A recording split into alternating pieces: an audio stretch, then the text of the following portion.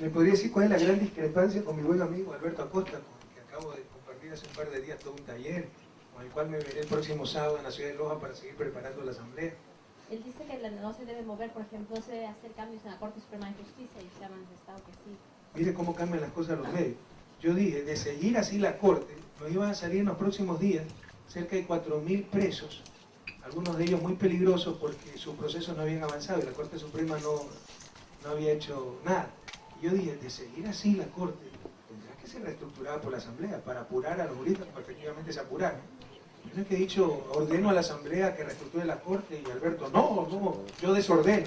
Eso son inventos con todo cariño de los medios para vender periódicos, ¿no? Y les ruego sí que sean más veraces en la información. Yo sé, no es culpa suya, es una observación con mucho cariño, pero esas son las tergiversaciones que siempre hacen los medios de comunicación y sobre todo el Universo, ¿verdad? Que es un medio de oposición. Sean más veraces en esos informes. Tenemos que transmitir adecuadamente la información. No hay ninguna discrepancia con Alberto Acosta. Y el momento en que haya discrepancia, en buena hora. Si esto es una democracia, yo no estoy de acuerdo ni conmigo mismo en todo. Entonces, no hay dos personas que piensen igual. Pero tenga la seguridad que cualquier divergencia en cuanto a criterios se resolverán en base al diálogo, al debate y a una discusión democrática. Nosotros no tenemos robots, no tenemos alzamanos. Esos alzamanos fueron aplastados, arrasados el 30 de septiembre pasado, ¿no? Todos nuestros asambleístas son gente pensante, con criterios, en base en los puntos programáticos, pues lograremos los máximos consensos. Hay puntos de conciencia individual, ¿no? Posiciones frente a cosas que están en los límites de la cuestión moral, como aborto, como matrimonio homosexual, que probablemente se hará en libertad de decisión a todos los miembros, pero aquí nadie busca manejar a los asambleístas, nadie tiene alzamanos, ni mucho más, menos. Sí tenemos una gran articulación, usted le llama injerencia, en buena hora, si somos parte de un mismo proyecto. Si es Acuerdo País el que ganó el gobierno nacional, el que ha arrasado en las elecciones para asambleístas, ¿cuál es el problema? ¿Cuál es el problema que un gobierno tenga contacto con su bloque legislativo? ¿Cuál es el problema que un gobierno tenga contacto con su bloque de asambleístas y juntos articulen las políticas? En buena hora, es una buena noticia para el país. Entonces va a haber coordinación total, va a haber articulación total, pero imposición de nadie. Lo que tenemos dentro y fuera de Acuerdo País es inmensos procesos democráticos para, con el diálogo, con los consensos, superar las supuestas divergencias que podemos tener legítimamente en algún momento. Dándole total libertad al presidente de la República para hacer los cambios que crea conveniente. Yo creo que va a haber algunos cambios, no pocos, pero habrá algunos ajustes. Sí, buenos días, presidente. Mi pregunta es, ¿qué va a pasar con nuestros queridos congresistas mientras esté funcionando la Asamblea Constituyente? Usted sí lo quiere. Usted sí lo quiere. Bastante. ¿Se le va a reconocer las indemnizaciones que están solicitando? Bueno, desinformación de la prensa, o más que desinformación, fue una versión periodística que después fue desmentida, que estaban pidiendo indemnización. Nosotros lo vimos en campaña, somos gente de una sola palabra. Cuidado, en campaña presidencial, yo sí dije una ley y no entienden lo que es legislar, no entienden que leyes son derechos y deberes universales, que ponen hasta dónde debe gastar, en qué ciudad, para qué enfermedades, en caso de salud, etc. Después de esto, sé que ese Congreso no sirve para nada, que tendrá que ser disuelto por el mandato ciudadano. Se tendrá que poner en recesión, disolver, como ustedes quieran, llamarlo al Congreso Nacional, y mientras dure la Asamblea, se nombrará una comisión legislativa, al cual pues, la piel bastante dura de nuestros legisladores tampoco tuvo ningún efecto moral en ello, y siguieron con sus mismos comportamientos y sus mismas prácticas. Entonces, precisamente por eso se necesita Asamblea Nacional Constituyente, porque la máxima expresión de la democracia representativa del Congreso Nacional, lo vamos a cumplir. Durante la Asamblea, el Congreso Nacional tendrá que ser disuelto, puesto en receso, como ustedes quieran llamarlo, pero no funcionará, y lo que funcionará será una comisión. También entre Lula y Evo Morales de Bolivia respecto del control de los recursos petrolíferos bolivianos. Parece desde Europa que se percibe que podría ser el petróleo el elemento que cohesionase precisamente esa integración regional opuesta al ALCA, al Frente de Rechazo al Acuerdo de Libre Comercio. Mi pregunta es, ¿qué posición adopta Ecuador en ese triángulo, en ese proceso? Una liberal que quería convertirnos en un gran mercado, integración bolivariana que quiere convertirnos en una gran nación, no la integración capitalista que quiere convertirnos solo en consumidores, sino la integración, insisto, de un José Martí, de un Simón Bolívar que quiere convertirnos en ciudadanos de América Latina. dentro de esa integración, lo que sí es claro es que la integración debe dar frutos inmediatos a nuestra gente, beneficios inmediatos. Y una de las cosas más beneficiosas es la integración energética. Y mire, por eso el aprecio que yo le tengo al presidente Hugo Chávez, y lo poco que lo conocen acá y lo mal que lo interpretan, el país que menos requiere la integración energética en América Latina es Venezuela. Solo Venezuela tiene 15 veces más reservas de petróleo que todo el resto de América del Sur junto. Muchísimo gas natural, etc. Y es el país que más impulsa la integración energética, con el afán de ayudar a sus vecinos. ¿Cómo no está reconocido como un país hermano como Venezuela, con un gobierno como el del presidente Hugo Chávez? Y por eso acaba de inaugurarse el oleoducto binacional Antonio Ricaurte entre Colombia y Venezuela. Hay el proyecto del gasoducto, hay el proyecto del gasoducto Brasil, Venezuela. Seguro, gas es fundamental para el avance de nuestras naciones y estamos totalmente involucrados en aquello. Para eso se necesita una planificación regional. El neoliberalismo desmontó hasta las planificaciones nacionales, peor la planificación regional. Ya estamos reconstruyendo esa capacidad de planificación, pero ojalá pronto sea una realidad esa red de oleoductos y gasoductos alrededor de América Latina. Las ideas básicas en las cuales se va a basar esa nueva formulación territorial del Ecuador. Hay una propuesta que está ya en el aire, que es la propuesta de crear regiones transversales, Amazonía, región andina y de la costa. Y quería preguntarle si eso tiene el sentido en el ver de la realidad social, en el sentimiento de pertenencia de la gente realmente a esta región. Relacionado con esto es la cuestión de la cultura de la lengua quichua. Usted es un defensor de la lengua quichua y le quería preguntar cómo se va a reconocer finalmente la cultura y si la lengua quichua va a ser finalmente una lengua oficial en el Ecuador. Muchas gracias. A ver, sobre la ordenaría territorial, sí, el país necesita un nuevo ordenamiento territorial. El sistema de parroquias, cantones, provincias que nos acompaña al inicio de la República ya dio su resultado. Por ejemplo, la provincia como unidad política administrativa. Hay provincias de 3 millones de habitantes, hay provincias de 200.000 habitantes, hay provincias grandísimas, hay provincias chiquititas. Entonces no es conveniente como unidad político-administrativa, ¿verdad? Entonces queremos regionalizar el país respetando las provincias, porque sí se tiene un gran sentido de pertenencia. Cuando yo les pregunto de dónde son, muchos dicen de Cañar, no dicen de Lecor, de Cañar, de Azuay. Tenemos un gran sentido de pertenencia a nuestras provincias, pero a nivel de un punto de vista político-administrativo, es necesaria otra clase de organización. Se hace un resumen posteriormente escrito, entonces le estamos dando mucha importancia a la preservación de nuestras culturas ancestrales, sobre todo a la lengua y cultura quichua. La última pregunta.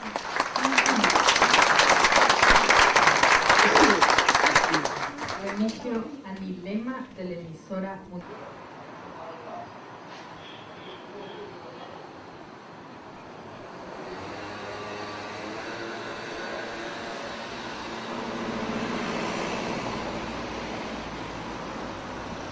Suministran esta vacuna y Ecuador es el primero en suministrarla universalmente, es decir, absolutamente a todos los niños.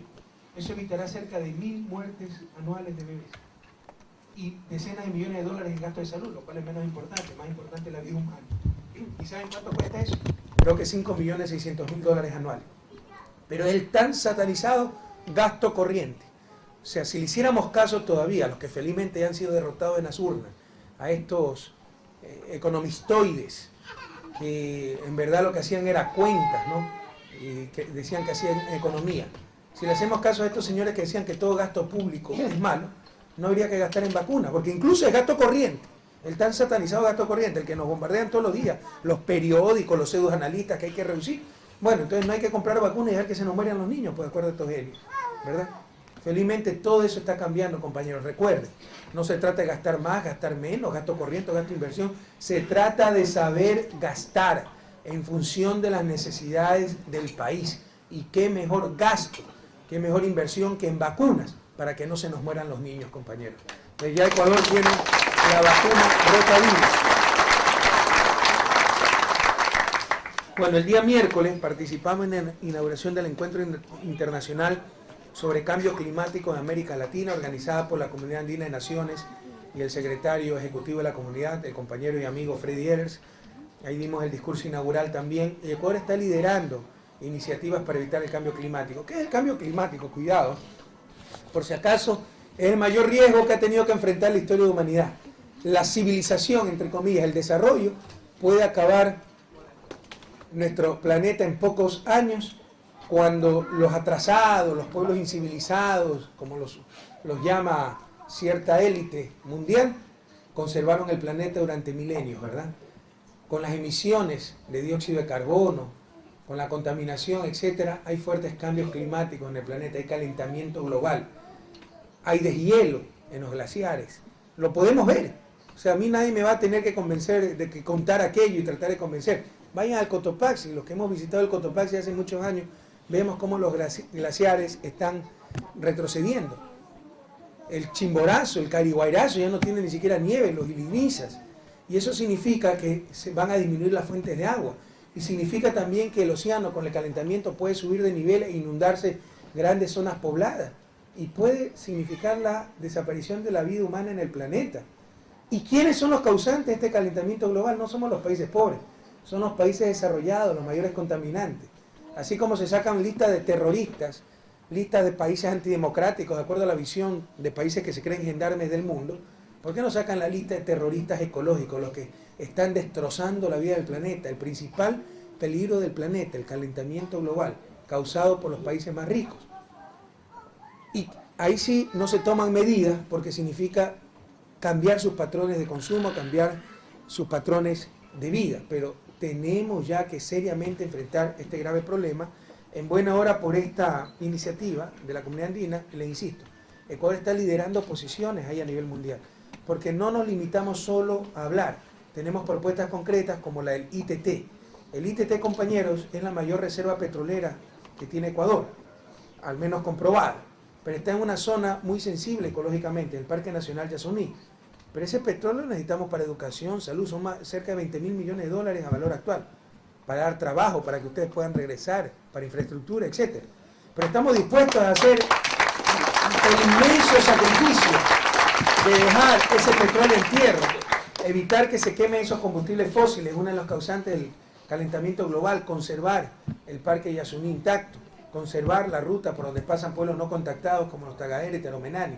Pero eso sí, exigimos la corresponsabilidad internacional, con una compensación de al menos la mitad de los ingresos que deberíamos de recibir. Ecuador está dispuesto a hacer un inmenso sacrificio, pero también exigir corresponsabilidad de los países, sobre todo los países que ya han depredado su medio ambiente, que son los que más contaminan, que son los terroristas ecológicos, y que a nosotros sí nos dicen no talen, no exploren, no corten, etcétera, cuando ellos ya depredaron su medio ambiente y gozan del nivel de vida actual.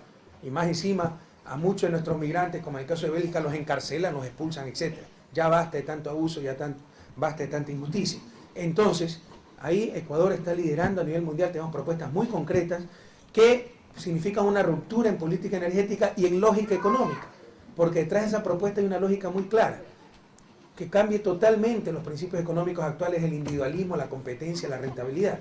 Hoy se paga por lo que tiene precio, es decir, por las mercancías. Si yo quiero comprarle un tractor a Estados Unidos, tengo que pagarle por ese tractor, porque tiene un precio, ya que si no pago no me dan el tractor. Pero el medio ambiente tiene un gran valor, sin embargo todo el planeta lo puede respirar, lo puede disfrutar sin darnos nada a cambio, porque no tiene capacidad de exclusión, ¿verdad? Es un gran valor, pero no tiene precio. No todo lo que tiene valor tiene precio, atento. En consecuencia, nuestra propuesta del ITT significa que ya es hora de empezar un sistema económico más justo, donde se compense no solamente la generación de mercancías, sino la generación de valor.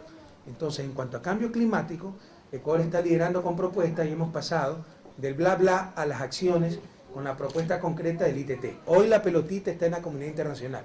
Si no responde a la comunidad internacional, tendremos que explotar ese ITT con la tecnología de punta para minimizar el impacto ambiental, pero siempre habrá impacto.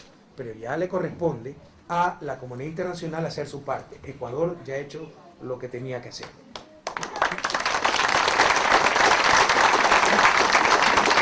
Después, el día miércoles, también firmamos la ley interpretativa del artículo 169 en nuestro país. Pero probablemente la única hambre que está saciada es el hambre de justicia, sobre todo de parte de nuestros magistrados. No hay sentido de la urgencia, no hay sentido del apuro. Cuando le dicen no podemos despachar tantas causas, es porque por supuesto trabajan de 9 a 3 de la tarde.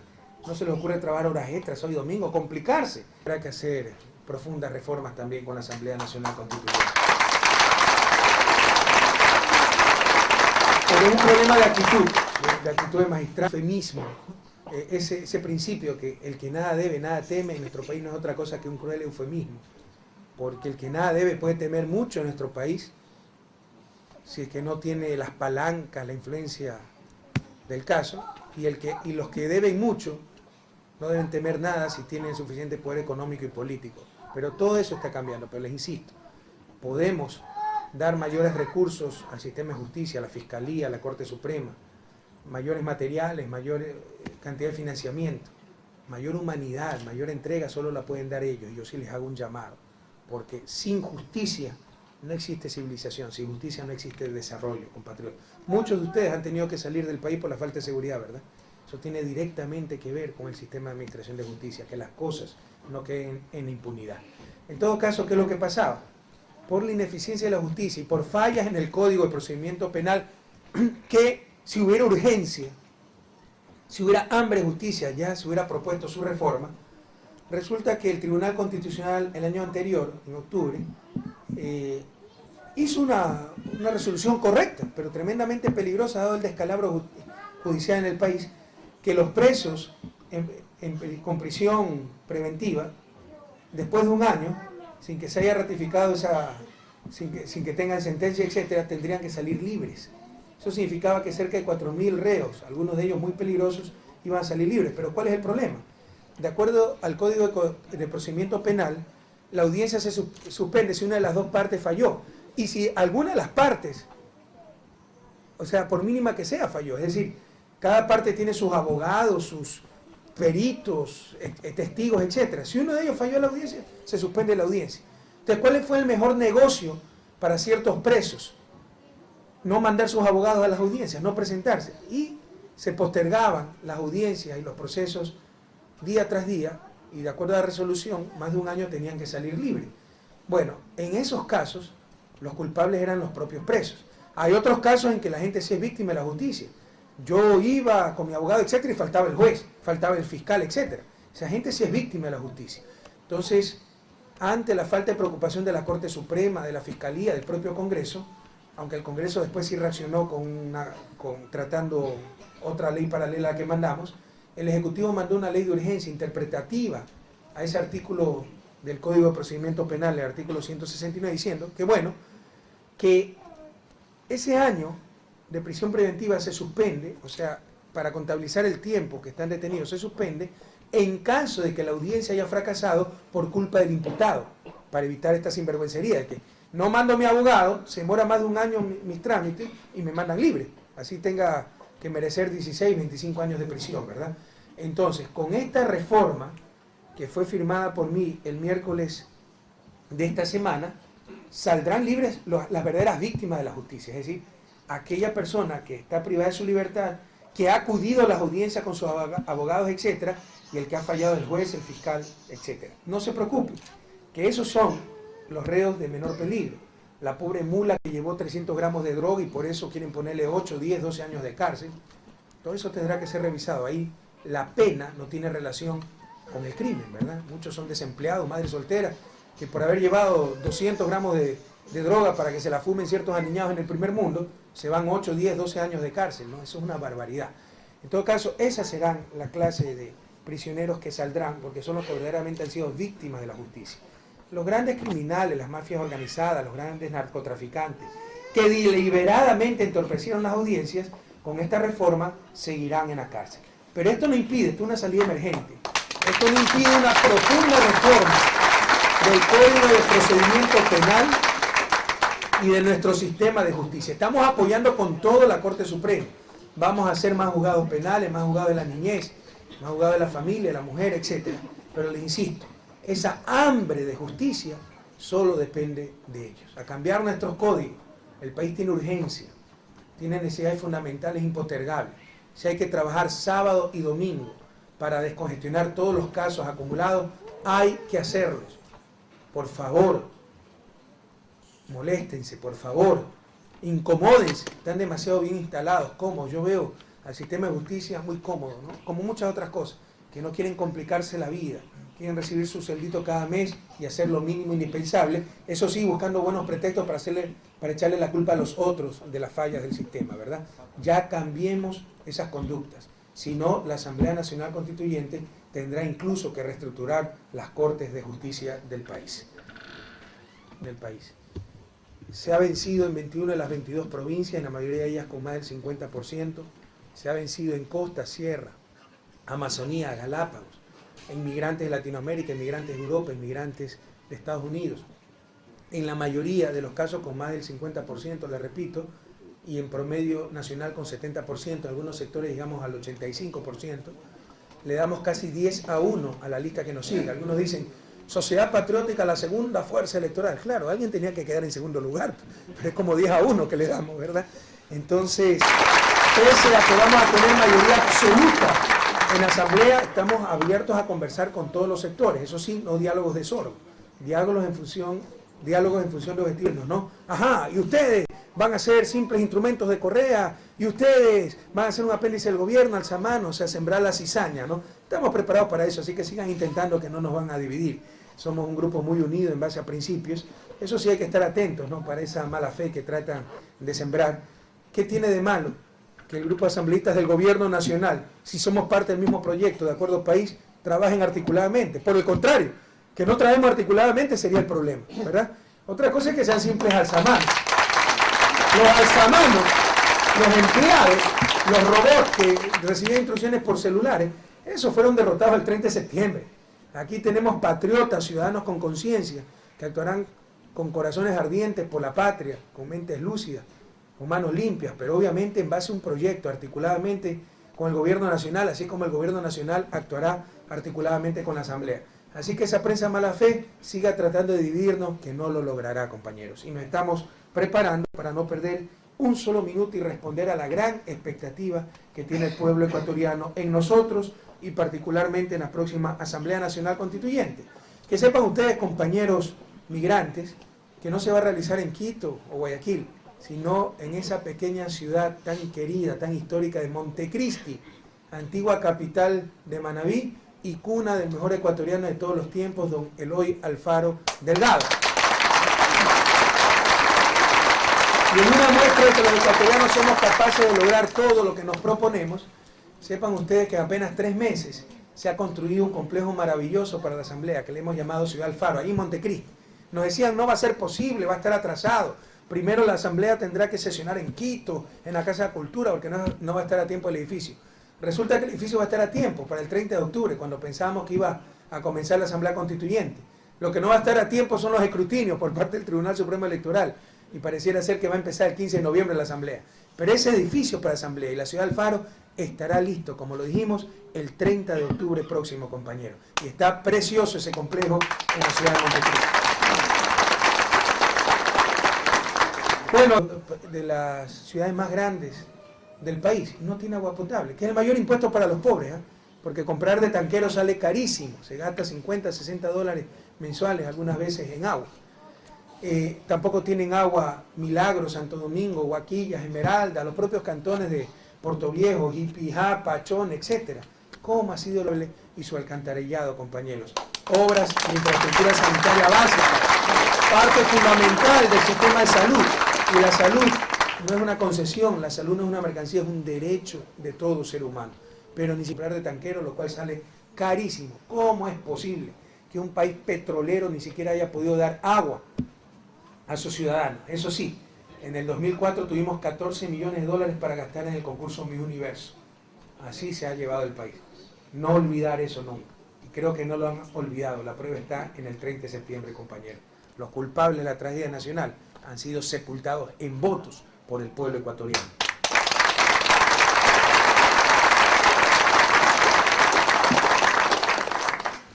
¿Cuánta agua se pudo dar a cuántas ciudades con los 14 millones que se gastaron para el concurso Miss Universo? Qué barbaridad, ¿no? Sepan ustedes que incluso es una empresa privada, el millonario Donald Trump, norteamericano. O sea, solo por tener la franquicia, el evento le dimos 5 millones de dólares. Increíble, increíble. Bueno, después pasé por Montecristi revisando, como en Puerto Viejo no hay iluminación en el aeropuerto, ahí ven ustedes por qué se necesitaban los dineros de los aeropuertos rentables para poder dar infraestructura básica a los demás aeropuertos.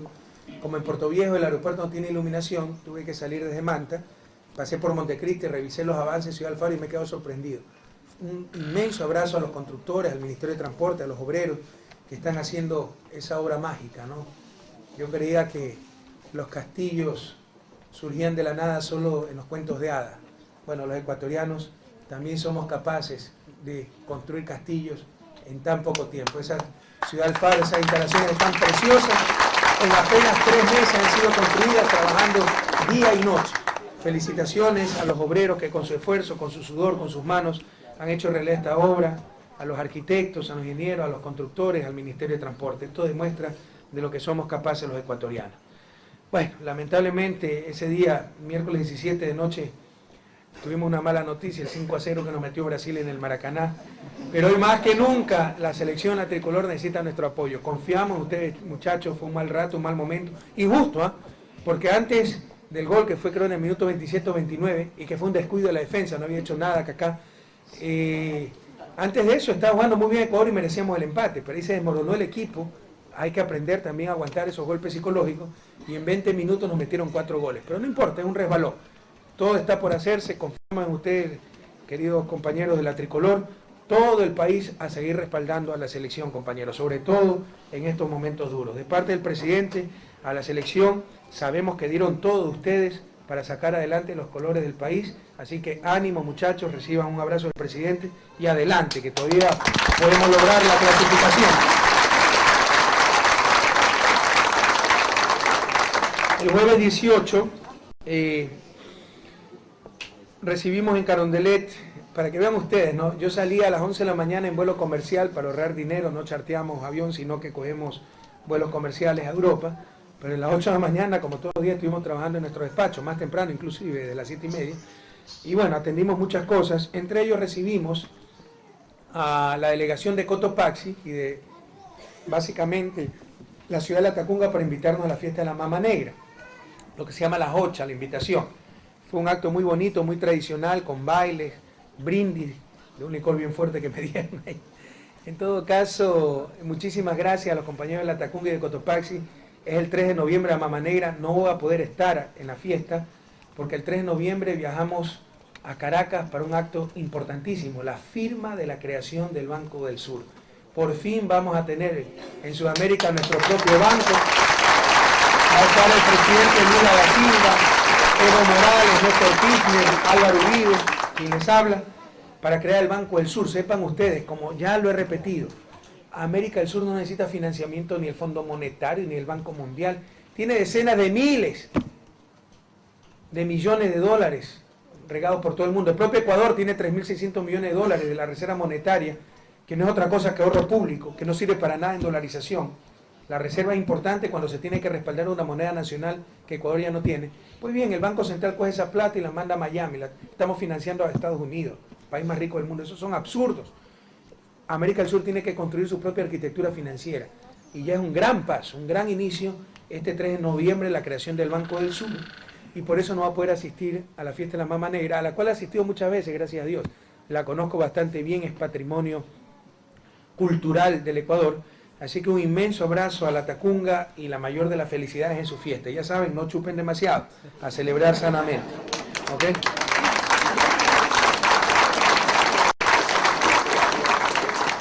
Luego recibimos a Estela de Carlotto, presidenta de las abuelas de la Plaza de Mayo. Aquí se han equivocado, las madres de Mayo y las abuelas de Mayo, de la Plaza de Mayo. Son dos grupos diferentes. Ustedes saben la gran represión que hubo en Argentina, en las dictaduras militares, a partir del 76. La dictadura de Pinochet fue un juego de niños al lado de la dictadura argentina. Lo que pasa es que no se conoce mucho de esa dictadura. 30.000 desaparecidos, compañeros. Por eso se creó el movimiento Las Madres de Mayo buscando a sus hijos desaparecidos. Y luego, como desaparecieron cerca de 30.000 personas, bueno, unas 10.000, 12.000 habrán sido mujeres. Y de ellas, supónganse que el 5% estaba embarazada. Tenemos 500, 600 mujeres embarazadas. Además, eran momentos de mucha esperanza en Argentina, donde decía, va a venir una de estos fachos. Fachos son los fascistas, ¿verdad? No los abuelos, no la familia que los crió, los militares de la dictadura. Que estos nuevos jóvenes se les inculque otra mentalidad y sean los defensores del sistema. Pues fracasaron, porque este joven es uno de los dirigentes de la juventud de Kirchner y uno de los movimientos más progresistas de Argentina, y que hace honor a la lucha y a la memoria de sus padres. Pero para que vean hasta dónde ha llegado la crueldad, la estupidez humana. Gracias a Dios, con lo que está viviendo América Latina, creemos que nunca más debemos de temer que esas tinieblas vuelvan al continente, nunca más esas dictaduras militares sangrientas, nunca más esos atentados a los derechos humanos. En todo caso, recibimos a doña Estela y recibimos a Juan, y eso nos dio una gran alegría. Y a las 11 partimos hacia Europa y vinimos acá a la querida España. Obviamente pasamos una noche en blanco, ¿no? Porque se viaja durante el día para Ecuador, pero es durante la noche en España. Llegamos a las 7 de la mañana, se pierden 7 horas. 7 de la mañana a Alicante, enseguida cogimos, bueno, después de un par de horas cogimos el avión, perdón, llegamos a Madrid a las 7 de la mañana, 7:30, a las 10:30 cogimos el avión hacia Alicante, enseguida vía terrestre hacia Lorca, y en Lorca pues nos impresionó la acogida que nos dio el ayuntamiento. Queremos agradecerle muy sinceramente al alcalde Francisco Jodar, a todos sus concejales, por el cariño con que nos han recibido, por lo que están haciendo por nuestros hermanos migrantes. Están muy preocupados en el sentido positivo de la palabra, es decir, muy atentos a las necesidades de la comunidad ecuatoriana, de la inmensa comunidad ecuatoriana en Lorca. Es decir, por primera vez un jefe de Estado extranjero visita Lorca. Y es que les dijimos, este gobierno será el gobierno de los migrantes. La patria ya es de todos, y su presidente tratará de visitar a nuestros hermanos en cualquier rincón de la patria y del mundo donde se encuentren. Yo soy solo un servidor de ustedes, compatriotas. Bueno, tuvimos una reunión con el ayuntamiento donde intercambiamos opiniones, sugerencias para una mejor atención a nuestros migrantes. Creemos que se le está tratando bastante bien en Lorca, pero se puede hacer mucho más. Hay que acelerar la reagrupación familiar, eso ya es con el gobierno central, con el cual también tenemos excelentes relaciones, y dicho sea de paso, un inmenso abrazo y saludo al compañero José Luis Rodríguez Zapatero, a todo el gobierno del PSOE y obviamente a su majestad el rey Juan Carlos y la reina Sofía, que siempre nos tratan con tanto cariño, al príncipe de Asturias y toda la familia real. En todo caso, participamos entonces de esa reunión en el ayuntamiento. Nos recibieron, les insisto, con un gran calor humano, estamos muy agradecidos. Pudimos intercambiar experiencias, proyectos, apoyo a los migrantes de Lorca. Esas cosas ya se van a ir concretando poco a poco. Recuerden que tenemos la Secretaría Nacional del Migrante con rango de ministerio en nuestro gobierno.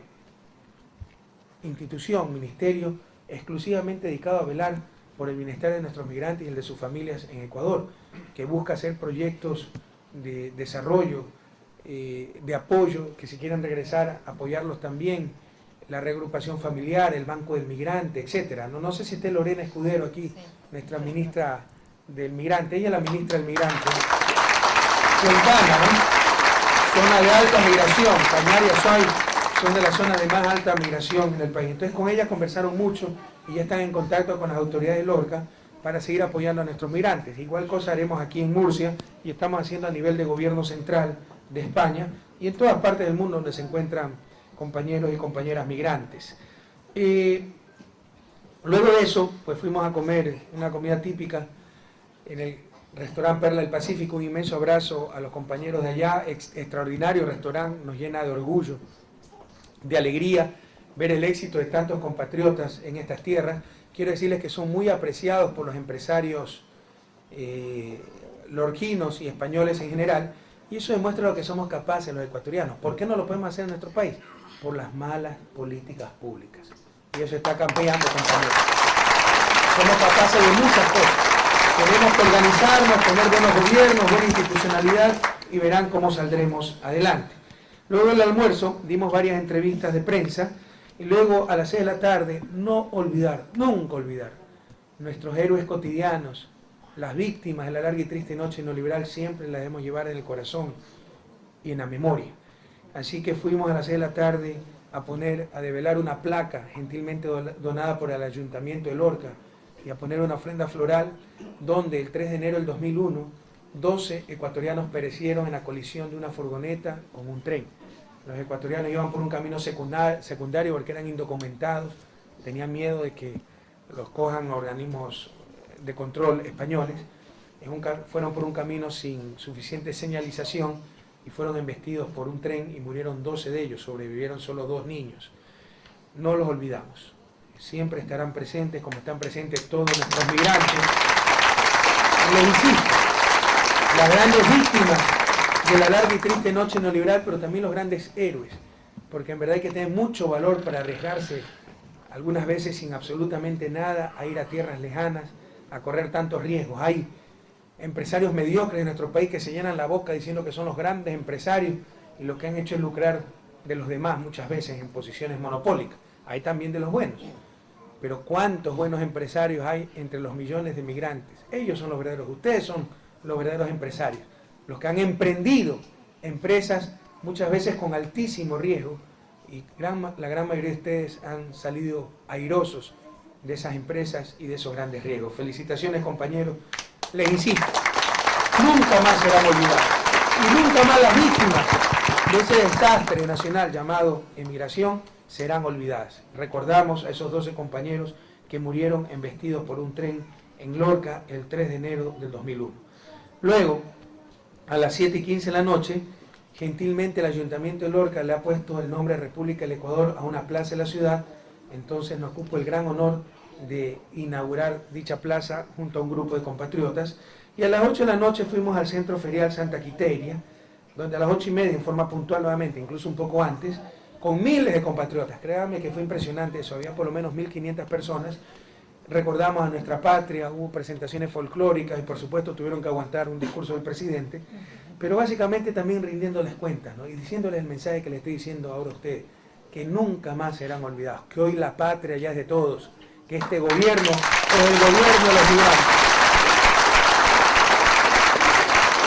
De noche viajamos a la ciudad de Murcia, donde llegamos a eso a las 11 de la noche, y bueno, desde el día de hoy por la mañana ya estamos trabajando. Pero a veces los canso con el informe de labores, pero eso es más o menos lo que hacemos cada día, ¿verdad?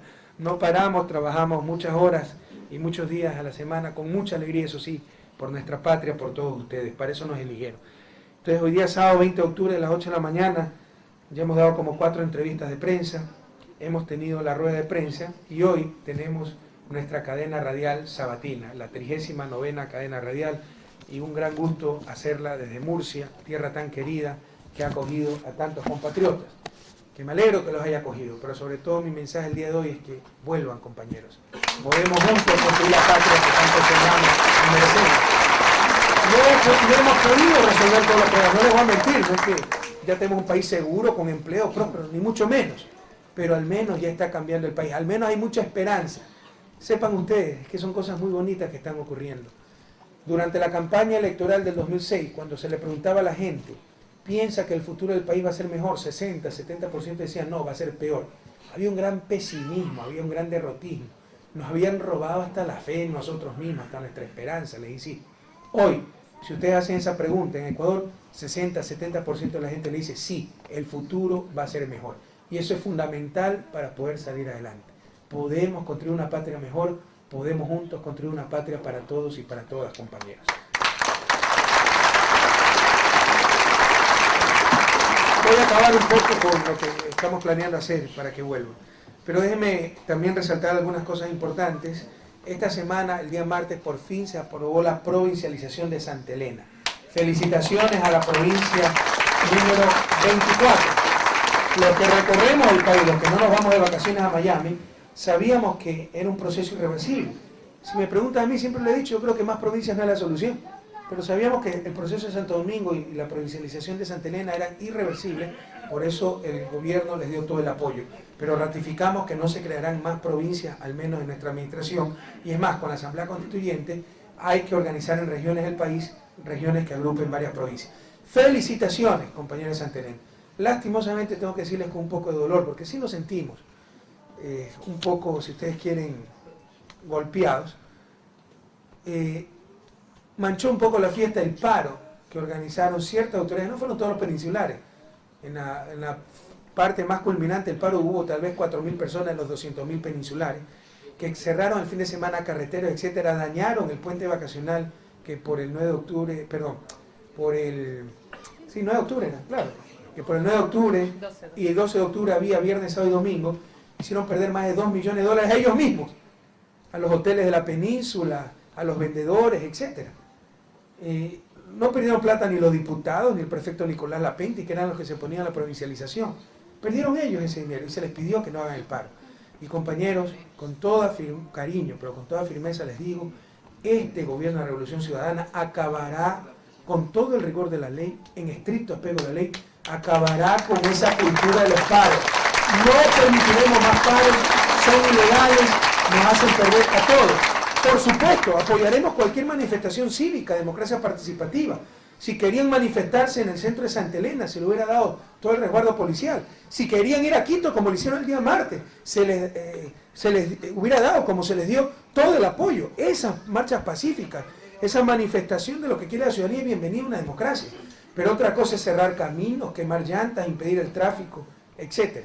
Entonces, no permitiremos más paros. Los dirigentes del paro, bueno, lo hicieron, tenían libertad para hacerlo, pero no hay libertad sin responsabilidad. Se empezarán los juicios penales correspondientes para los organizadores de ese paro, para los radiodifusores que incitaron a la población al paro. Eso es ilegal y en el Ecuador, al menos en nuestro gobierno, imperará, compañeros, el Estado de Derecho y se aplicará todo el rigor de la ley para aquellos que lo incumplen. Que lamentablemente eso manchó la festividad de Santa Elena, pero en todo caso, cada funcionario de un municipio de la península tendrá la acción penal correspondiente. Desde el 15 de enero del 2007, en el país se cumplirá la ley. La ley es para todos y para todas. Nadie, por noble que sean sus objetivos, porque el objetivo de la provincialización era un objetivo legítimo, noble, puede utilizar métodos ilegales. Se acabó esto de los paros, de las huelgas, de las medidas de hecho en este país. Se va a cumplir la ley en nuestra patria, compañeros. Y no damos lo que perdamos. Pídame que me vaya a la casa antes que claudiquen nuestros principios y que permita la impunidad en nuestro país, compañeros. Por lo mismo, en los paros que hubo, o en los intentos de paro que hubo en Orellana, el cantón Chuchufindi, cantón tan querido que lo visité hace poco, por primera vez en historia, un presidente visita Chuchufindi. Primera vez en historia, personas, porque estaban buscando 200 trabajadores. Totalmente legítimo. Nosotros creemos que las petroleras deben priorizar a la población de la zona. Y ojalá el bloque 15 no contrate solamente a 200, sino a 500 personas de Chuchufindi. Pero no pueden, pues, tomarse las carreteras para exigir eso. Es decir, primero se toman las carreteras y después hablemos. Eso no funciona ni funcionará con este gobierno. Así que los responsables del paro tendrán sus sanciones correspondientes y, compañeros, eliminemos, descartemos esa cultura de paro. Con los paros, en este gobierno, en la Revolución Ciudadana, no lograrán absolutamente nada. Con el diálogo lograrán todo lo que sea legítimo, compatriotas.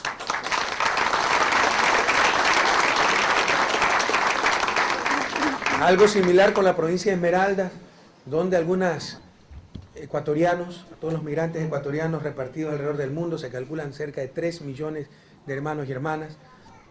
Les insisto, este es el gobierno de los migrantes. Hemos creado la Secretaría Nacional de Migrantes con rango de ministerio para que se preocupe de su bienestar, de su regularización, de la reagrupación familiar, de los familiares que quedaron en el país, de proyectos concretos como el Banco del Afiliado del Migrante, para que con sucursales aquí puedan depositar su plata y gratuitamente la puedan retirar sus familiares en Ecuador, para que cuando regresen al Ecuador ya tengan un historial de crédito, y tantas otros proyectos de beneficio para nuestros hermanos en el exterior. Y desde enero, les decía, por si acaso, por primera vez en la Asamblea, los migrantes van a tener representación política, primera vez en la historia. Y la idea es que en la nueva Constitución esa representación política sea permanente, creando la quinta región, costa, sierra, Amazonía, Galápagos, inmigrantes. Y esa quinta región tenga legisladores permanentes en el Congreso Nacional para que nunca más los migrantes se queden sin voz, se queden sin alguien que los represente, compatriotas. Pero nuestro mayor desafío, nuestro mayor anhelo, nunca me cansaré de repetírselos, es construir esa patria para todos y para todas, de donde nadie más tenga que salir y los que un día salieron puedan regresar. y encontrar en esa patria, en su patria, en la tierra que los vio nacer, esa educación, esa salud, ese trabajo, esa seguridad, esa dignidad, ese respeto que fueron a buscar otras tierras, porque es verdad, muchos de ustedes fueron irrespetados en su propia tierra. Eso no lo permitiremos nunca más que se los aplaste, nunca más que haya esa discriminación, nunca más que haya esas castas que creyeron que el país era de unos cuantos compatriotas. Y para ello, desde el mes de enero empezaremos el plan Retorno. Algunos me preguntan, ¿y el impacto macroeconómico, disminuir las remesas que envían los migrantes? Sí, por esas remesas comemos, gracias a esas remesas se sostiene la economía. Pero no nos interesa eso. Más nos interesa son sus vidas y sabemos el sacrificio, lo que cuesta estar en una tierra ajena, estar en una tierra lejana, estar separado de su familia, de su cultura, de sus amigos, de su entorno. Entonces nuestra primera prioridad es que puedan regresar. Obviamente los que quieran quedarse tendrán todo el respaldo del gobierno nacional, sobre todo a través de la Secretaría Nacional del Migrante. Pero los que quieran volver, sepan que están los brazos y los corazones abiertos.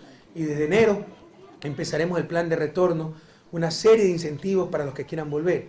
Incentivos consistentes en exoneración total de aranceles, impuestos, para los enseres que quieran llevar, para sus equipos materiales que quieran llevar, apoyo cuando regresen al país con crédito, con bono de la vivienda, etc. Entonces, ese plan, les insisto, se hará conocer en el mes de enero, pero les ratifico, vuelvan. Los brazos y el corazón de sus compatriotas, de su patria, los están esperando, compañeros. Un gran abrazo a todos y a todas. A la audiencia que nos escucha en el Ecuador, queremos contar. Y a su lado está el embajador Nicolás Diza también. Ellos, embajador, bienvenido. Ellos son todos servidores de nuestros compañeros migrantes fuera del país. Quiero también contarles que esta cadena se... Gracias, muy buenos días a todos.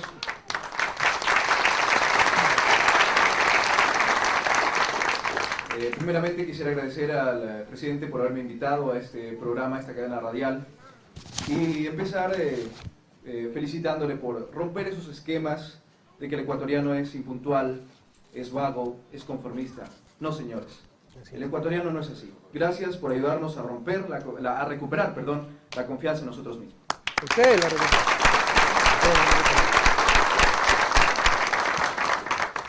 Bueno, y el tema que más se ha hablado en nuestro país, señor presidente, precisamente, y el tema que más atención llama a todos los ecuatorianos que estamos fuera, principalmente, es la Asamblea Constituyente y la redacción de la nueva Carta Magna. Quisiera conocer de primera mano qué resultados espera usted de esa Asamblea Constituyente, cuáles serán los efectos en nuestro país, y por supuesto, dicen que las comparativas nunca son buenas, pero estamos viviendo un caso evidente de nuestra hermana República de Bolivia, donde llevan ya algunos meses constituidas la Asamblea Constituyente y no han sido capaces de aprobar ni un solo artículo. Gracias, Jorge, y felicitaciones. Me alegro mucho por tu éxito. Me duele mucho que hayas tenido que dejar tus estudios de medicina en la patria. Ojalá puedas volver pronto, graduarte de médico y servir a tus conciudadanos allá. Pero felicitaciones y adelante. El resultado de la Asamblea Nacional Constituyente. Permíteme primero decirte por qué no va a ocurrir como en el caso boliviano. Lastimosamente, mi buen amigo Evo Morales, por las presiones, etcétera, tuvo que hacer una concesión muy grave, que los artículos de la Asamblea Nacional Constituyente, de la nueva Constitución que redacte la Asamblea Nacional Constituyente boliviana, se aprueben con 2/3 de los integrantes de la Asamblea. ¿Eso qué significaba? Que 1/3 podía bloquearte todo, es decir, le daba poder de veto a 1/3, y eso es lo que lo tiene obstaculizado el proceso boliviano. En el estatuto que aprobó el pueblo ecuatoriano con 82% el 15 de abril pasado, las resoluciones de la Asamblea Nacional Constituyente se aprobarán con el 50% más 1 del total de miembros, es decir, si son 130 miembros, con 66 votos ya puedes aprobar los diferentes artículos de la nueva Constitución. No con el 50% más 1 de los presentes, no con el quórum, con el 50% más 1 del quórum. Es decir, si hay 80 personas hay quórum, ¿verdad? Porque son 130 asambleístas. 50% más 1 del quórum sería 41 personas. Con eso no aprueba. Necesita de todas formas 66 votos. Entonces, primero, esa es una gran diferencia con el caso boliviano. En el caso boliviano se necesitan 2/3 partes de los miembros de la Asamblea. Aquí tan solo la mitad más 1 de los miembros de la Asamblea. Pero segundo, gracias a Dios, con el éxito electoral que hemos tenido el 30 de septiembre, solos, incluso si fueran los 2/3, tendríamos prácticamente los 2/3. Porque Acuerdo País va a tener de 78 a 80 asambleístas, más muchos partidos cercanos como Pachacuti, la propia Red, la propia Izquierda Democrática, MPD, etc. Con largueza la tendencia va a llegar a los 100 asambleístas. Entonces tendríamos más que suficientes votos, incluso si fueran los 2/3.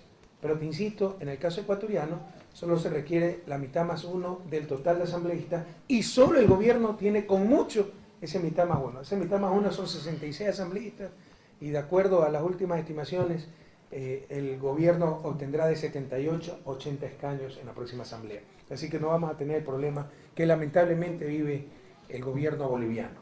Una democracia más representativa a través, por ejemplo, de una nueva forma de elección de legisladores por medio de distritos para que haya más responsabilidad, rendición de cuentas, a través, por ejemplo, de la revocatoria de todos los mandatos de elección popular, desde el más simple concejal hasta el presidente de la República, porque democracia no es tener elecciones cada 4 años. Democracia es que ustedes a través de las urnas entregan un mandato al mandatario. Si ese mandatario no cumple con el mandato, tiene que irse a la casa, y tiene que irse a la casa por medio de caminos constitucionales. Entonces eso estará en la próxima Constitución.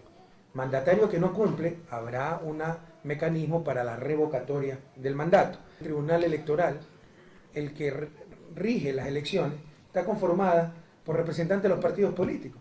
Imagínense lo difícil que es ganar. Yo como ciudadano independiente tuve que luchar en las elecciones del 2006 contra un tribunal conformado por mis rivales, presidido por mis rivales. Y hoy todavía, el tribunal más corrupto, el tribunal provincial más corrupto es de Los Ríos, donde está presidido por un primo hermano de Álvaro Noboa. ¿Cómo pueden darse esas cosas, por el amor de Dios? En Guaya está presidido por otro primo de Álvaro Noboa. Se reparten los tribunales electorales, los que tienen que velar por la pureza de las elecciones. Entonces eso tiene que ser desmontado con la nueva Constitución. Despolitizar las autoridades de control, que también son repartos entre los partidos políticos. Hacer mediocre incompetente. Tendrá que sacar ese señor, si es posible, seguirle los juicios correspondientes porque ha cometido grandes irregularidades y nombrar otro superintendente de banco. Y así con las autoridades que creen conveniente. Empezando por el presidente de la República, porque es una asamblea de plenos poderes. Entonces todo eso esperamos de la asamblea, pero por si acaso, cuidado, la nueva Constitución, como lo dije hace poco, no es un punto de llegada, es un punto de partida. Es necesaria para sacar el país adelante, pero jamás será suficiente para sacar el país adelante. Tengamos la mejor Constitución del mundo, el mejor grupo de leyes del mundo, y elijamos nuevamente un gobierno corrupto, entreguista, verán que no vamos por ningún lado. Entonces, no solo se requiere una nueva Constitución, un nuevo conjunto de leyes, sino votar adecuadamente por gobiernos de manos limpias, capaces, patriotas, para que apliquen las políticas públicas adecuadas para que el país salga adelante, compañeros. Precisamente, presidente, para que todo eso se lleve a cabo, usted se ha embarcado ya en el tren de la Revolución Ciudadana. Si de repente la Asamblea no decide revocar su mandato. Me voy a la casa contentísimo, con la satisfacción del deber cumplido, si nadie está aquí para calentar 4 años al pueblo. La base de nuestra propuesta al país, la base de la Revolución Ciudadana fue ir a la Asamblea Nacional Constituyente, para tener una nueva constitución, para acabar con la partidocracia, con la politización de tribunales, etc. Nos decían, no presentamos diputados, candidatos a diputados para no conhonestar esa cosa llamada Congreso. Y bueno, creo que hemos cumplido. Nos decían, no vas a poder lograr eso, no tienen ni un solo legislador. Y en menos de 3 meses tuvimos la consulta popular y en apenas 9 meses de gobierno, 10 meses, vamos a tener la Asamblea Nacional Constituyente. Hemos cumplido con la base del mandato que el pueblo nos otorgara el noviembre 26 del año pasado. Si después de esto la Asamblea, de plenos poderes, máxima expresión de que la soberanía radica en el pueblo, me dice, muchas gracias, presidente, váyase a la casa, me voy contentísimo y con la satisfacción del deber cumplido, compañero. Bueno, y mi última pregunta, presidente, con relación a mi condición de joven y trabajador en este momento en España, y de acuerdo a la situación, a mi vivencia personal, ¿Qué proyectos y qué futuro nos espera la juventud ecuatoriana en el Ecuador en el ámbito educación, empleo y vivienda? Bueno, esa es una pregunta muy amplia, ¿no? Pero estamos haciendo muchas cosas, en general por educación, empleo y vivienda, y en particular por la juventud. Hay muchos programas de la juventud, jóvenes emprendedores, se los está apoyando con crédito, etc. En educación realmente estamos haciendo una revolución educativa, ¿no? Declaramos emergencia de la educación, con lo cual se pudo liberar más de 100 millones de dólares, se están reconstruyendo cerca de 1.200 escuelas, se les incrementó sustancialmente el sueldo a los profesores. ¿Por qué no habrá mejora en educación mientras no se le pague más decentemente a los maestros, ¿no? Principal factor del proceso educativo. Por primera vez en historia se ha dado a los 10 niños, a los 10 años de educación básica, de escuelas fiscales, libros gratuitos. En el 97 no se abrían nuevas partidas hasta el 2006, precisamente por este fundamentalismo neoliberal. Todo gasto público es malo, ya se lo mencioné, ¿verdad? Que no hay que comprar vacunas para nuestros niños porque es gasto público y gasto corriente, ¿eh? Porque algunos dicen, sí, el gasto en inversión, construir puentes, represas, eso sí es bueno, pero el gasto corriente ese sí es malo. Bueno, vacunas son gasto corriente, es un gasto corriente. Entonces no hay que dar vacunas y que se mueran los niños. Sueldo de profesores es gasto corriente. Entonces no hay que abrir nuevas partidas, pues que hay escuelas unidocentes, escuelas sin maestros, etc. Es un absurdo, es una estupidez que debe ser enterrada por siempre. Cada vez que venga alguien con esos simplismos, con esa burrada, piféenlo, por favor. Ya demuéstrenle que ya no nos comen al cuento, nos han tenido engañados demasiados años con esas tonterías. Perdónenme que les hable con indignación, pero como economista, ¿cómo me indigna ver esos discursos simplistas? Y eso sí, había que disminuir gastos en sueldo y salarios, en maestros, en vacunas, inversión pública, etc. Menos servicio de deuda. Ahí no había límites para nada, ¿verdad? Todo era una trampa para liberar recursos y pagar hasta anticipadamente deuda externa, compañeros. En todo caso, se está haciendo mucho en educación. Empleo, estamos reactivando la economía, ya se están viendo los resultados. Recuerden, este gobierno asumió el 15 de enero. El presupuesto había que presentarlo de acuerdo a la Constitución actual, porque todo es una trampa para que no se pueda hacer nada, independientemente de quién gane las elecciones. Entonces el presupuesto había que presentarlo el 31 de enero. En otras palabras, recibimos un presupuesto ya hecho.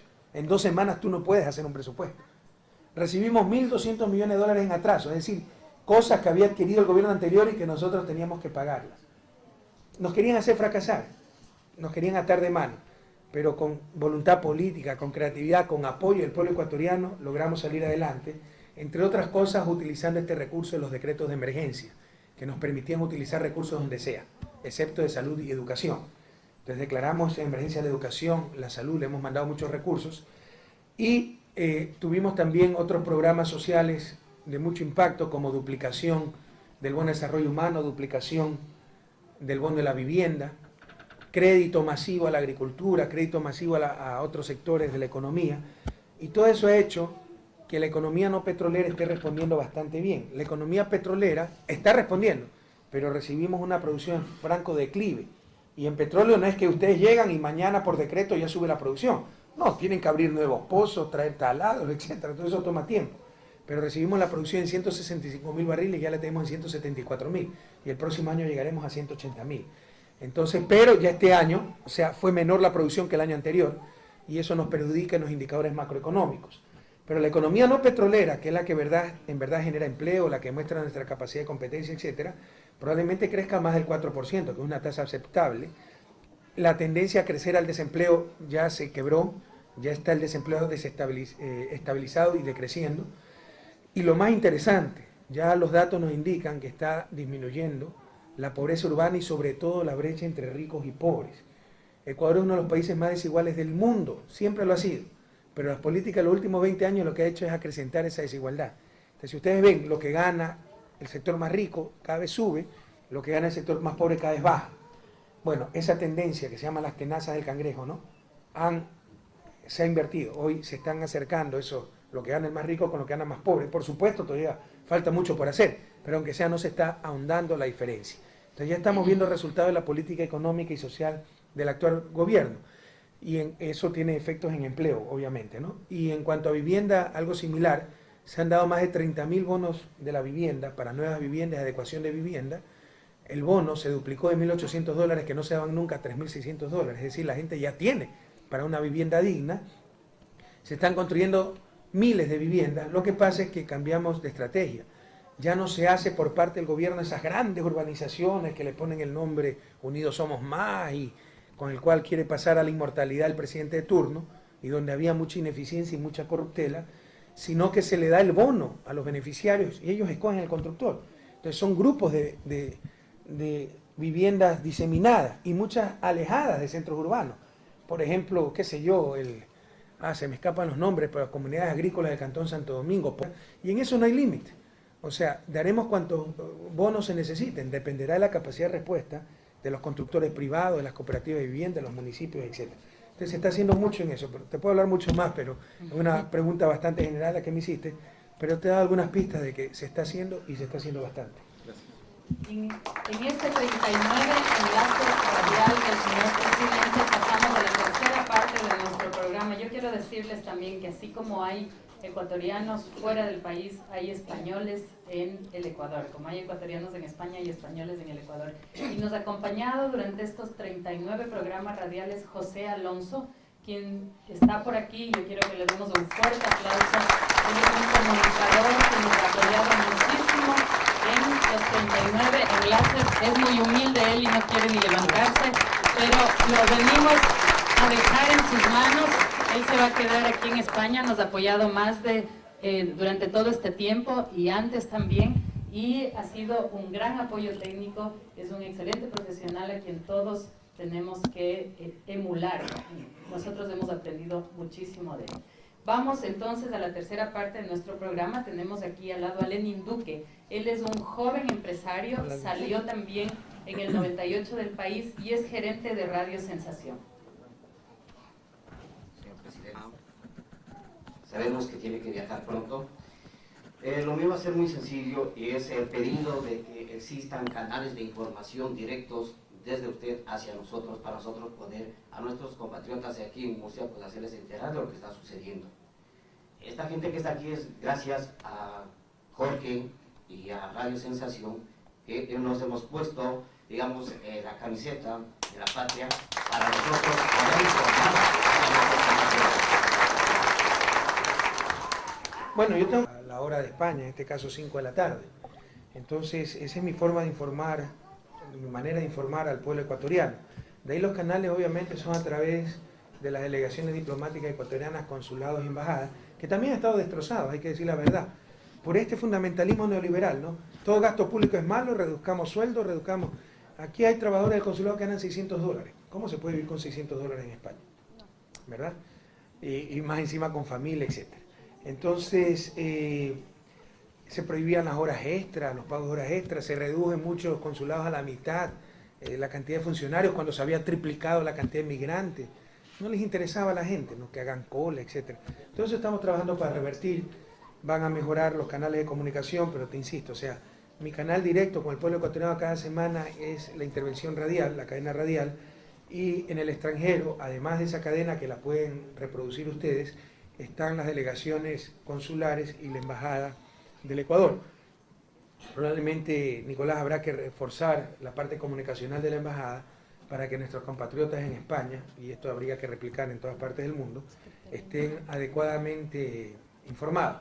También está la Secretaría del Migrante, ¿no? Entonces, España vive en la población de Cartagena, que es cercana a Murcia, y pertenece al sector indígena Cañari. Bienvenido, Luis, a nuestro programa. Compatriotas ecuatorianos, Yucanchi, Ecuador, Mamayactata, Pusha, y Kulki, Yupaita, Pusha, Masi, Rafael Correa, Arisa Mushka, Kai, España, Mamayactama, Yucamecani, Cañayactama.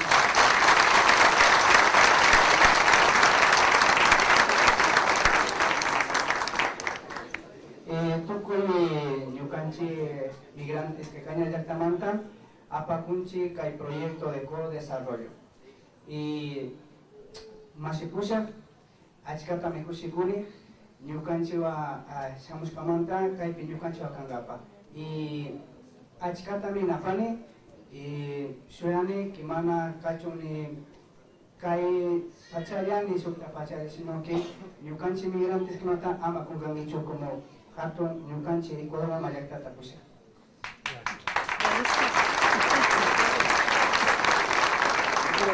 me dio la bienvenida, me habló del proyecto de ecodesarrollo que tienen los compañeros de Cañar y que, bueno, desean regresar a la patria, a la Mamayacta, Ecuador, ¿no? Pero bueno, traduce más exactamente tú. Bueno, Algo entiendo de quichua, ¿no? Algo estropeo del quichua. a través del Centro Coordinadora de Asociaciones Migrantes de Cañaris, hemos emprendido una experiencia piloto de proyecto de ecodesarrollo impulsada por la Agencia Española de Cooperación Internacional y también apoyada también por la Comunidad Autónoma de la región de Murcia. Este proyecto consiste en implementar programas de apoyo al desarrollo a los migrantes en lugar de destino, en este caso en España, y el desarrollo de la población en lugar de origen, que sería en este caso provincia de Cañar. En ese marco estamos trabajando nosotros. Y una de las actividades que se ha hecho en Cañar es formación ocupacional para jóvenes y trabajadores cañaris y cañarejos. Recuperación de recursos naturales, manejo de derecho territorial, y también está previsto también formación para emprendedores, para jóvenes cañaris y cañarejos. Igualmente aquí se está trabajando igualmente en formación ocupacional para los inmigrantes cañaris y cañarejos y para los demás inmigrantes ecuatorianos. Y otra de las actividades que también está haciendo aquí, fortalecimiento de las asociaciones inmigrantes a través de lazos de unión con las administraciones de la comunidad autónoma y otras ONGs también. Nosotros nos unimos en este proyecto de cosas. Nosotros queremos que después de estos 3 años que finalice, queremos continuar. Como usted nos ha dicho, la inmigración nos ha ayudado mucho a saber valorar lo nuestro, pero necesitamos el apoyo de parte del presidente de la República. Entonces, ¿cuáles son los mecanismos de ayuda para estas iniciativas de esta índole? No solo de Cañar, porque sé... Yupaychani Mashi. Mashi Luis. Canca ñam español china parlani Mashi. Bueno, así está parlando, pero en ocasión... Más nahuata canca caipi causangi. Caipi causani canchis wata. Canchis wata, asca wata. Ok, bueno, muchas gracias, un abrazo. Y hatun saludami tukukuna. Cañarmanta mashikuna, hatun saludami. Kai yakta asca cañarmanta mashikuna causacuna. En esta tierra, región de Murcia, viven muchos compañeros del Cañar y muchos compañeros indígenas. Entonces, un gran abrazo a todos ellos. A ver, mi querido Luis, sí, conocemos el proyecto, nos interesa mucho y nosotros estamos haciendo proyectos similares. O sea, planificando, todavía no es que lo podemos ejecutar. Miren, este año ha sido muy duro. La lucha sobre todo ha sido a nivel político. Les insisto, antes de ser presidente de la República, ya 4 diputados pidieron mi destitución, ¿verdad? Hemos tenido que luchar contra la partidocracia, contra los banqueros, poderosos grupos económicos, contra gran parte de la prensa que estaba totalmente contra nosotros. Después de la victoria del 30 de septiembre han aminorado sus críticas, pero pronto empezarán nuevamente. Entonces, sin embargo, hemos avanzado, te insisto. Se ha hablado con el gobierno español, tenemos una comisión binacional para la regularización de nuestros migrantes, reagrupación familiar. Pero estos proyectos concretos, empezaremos sobre todo el próximo año, son parte del plan de retorno. Tal vez Lorena te puede explicar más adelante, pero conocemos bien el proyecto de ecodesarrollo y es una idea similar a la que tenemos, ¿no? Coordinar entre regiones de migrantes y Ecuador para hacer proyectos de desarrollo en apoyo a la familia de los migrantes, en apoyo a los propios migrantes cuando quieran regresar al país. Entonces es una experiencia, este proyecto de ecodesarrollo es una experiencia que incluso esperamos generalizar, es decir, que en coordinación con los migrantes que todavía siguen fuera del país se puedan financiar microempresas, etcétera, por diferentes mecanismos que den apoyo a las familias de los migrantes que quedaron en el país y que ya creen una empresa cuando esos migrantes quieran regresar a su patria.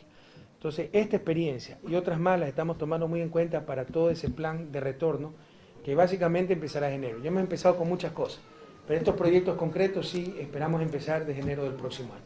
¿Okay? La Asamblea Nacional Constituyente ya va a representar a todo el tema de derechos. Tiene que aprender indígenas. quichua, pues, Julia. ¡Ah, Yuma! No sé, presidente, eso sí, tal vez no lo logre ya a los, Si a los más de 50 años es difícil aprender una nueva lengua. a los más de 50 es difícil. Pero entonces vamos con la... Yo quiero felicitarle por tener casi la mitad de su equipo mujeres. Realmente me ha dado mucha alegría que nos tomen en cuenta. Dentro de mis preguntas que tengo yo sé que usted durante toda la exposición contestó algunas de mis inquietudes, pero yo quería no quedarme con la curiosidad. ¿Cuáles son las políticas de gobierno que tiene sobre la inmigración, donde los inmigrantes son parte activa dentro de las políticas? Bueno, para empezar, en zonas de alta migración se llenarían con representantes de los propios migrantes. Y aquí tenemos al cónsul Patricio, aquí en Murcia, si es alguien de carrera, porque los mismos migrantes pidieron que se lo ratifique, dicho sea de paso, ¿eh? Y me dicen que es un excelente trabajador, que está realizando un gran trabajo. Pero, por ejemplo, en Barcelona tenemos a Freddy Arellano, no sé si esté Freddy aquí, migrante el mismo. Tenemos en Madrid a Gustavo Mateus, y así en diferentes partes del mundo. Donde no se ha podido lograr era porque había dificultades, porque dado los cánones diplomáticos, si ya tienen residencia o ciudadanía, no pueden ser cónsules, tendrían que renunciar a esa residencia, a esa ciudadanía. Entonces, pero de ahí en muchos consulados ahora están siendo dirigidos por migrantes. Hay una participación directa de los migrantes. Inicialmente el secretario nacional de Migrantes, lastimosamente tuvimos problemas con él, era un migrante de Nueva York. Ahora está ocupando ese cargo Lorena Escudero, que también viene de una zona de alta migración que es en La Suay. Oscar Jara nos está ayudando acá en España, que también es un migrante. Entonces, los migrantes están directamente involucrados en la construcción de políticas para migración. También tenemos el apoyo de organizaciones de migrantes y en la implementación de esas políticas por medio de los consulados y trabajando directamente con organizaciones de migrantes. Nos falta más, por supuesto, pero recuerde que llevamos 9 meses de gobierno, recuerde que la Secretaría lleva 6 meses, hubo que sacar hasta presupuesto, hay que estructurar adecuadamente el personal.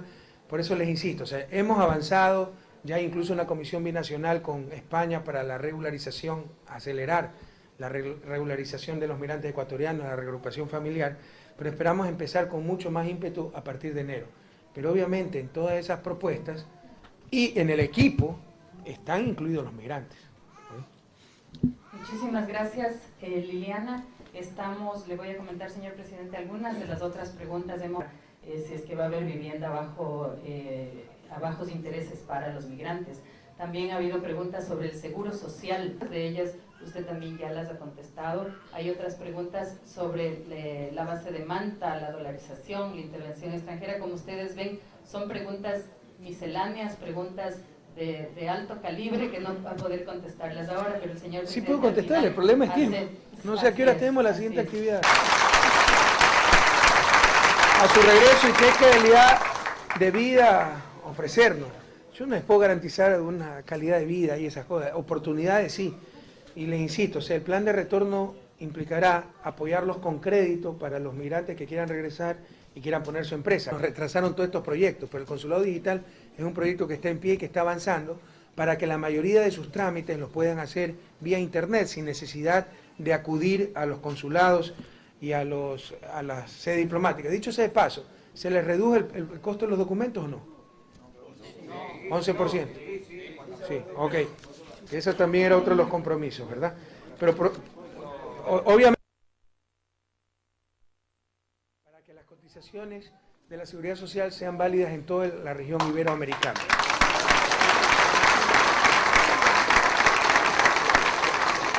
Sobre el nivel de corrupción en proyectos de obras públicas y los políticos que escaparon del país.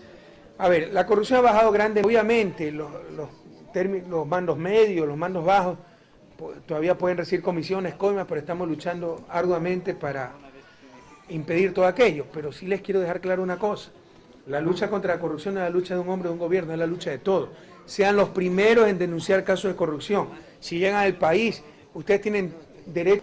Y en eso tengo que decirles con dolor que la Corte Suprema no se mueve mucho. Estamos empujando las extradiciones, pero es como que si nos topamos contra un muro, ¿verdad? Pero estamos haciendo lo posible ahí.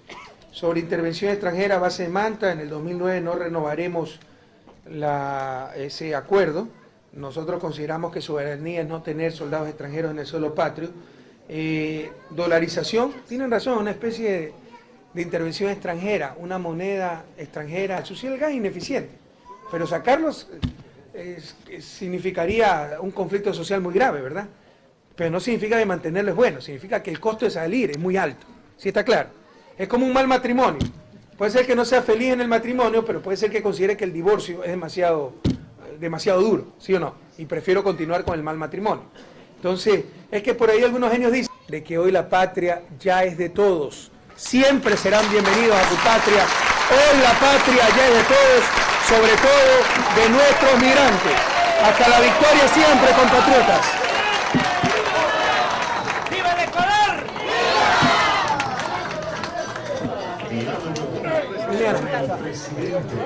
Gracias por lo que está haciendo. Saluda a tu esposo.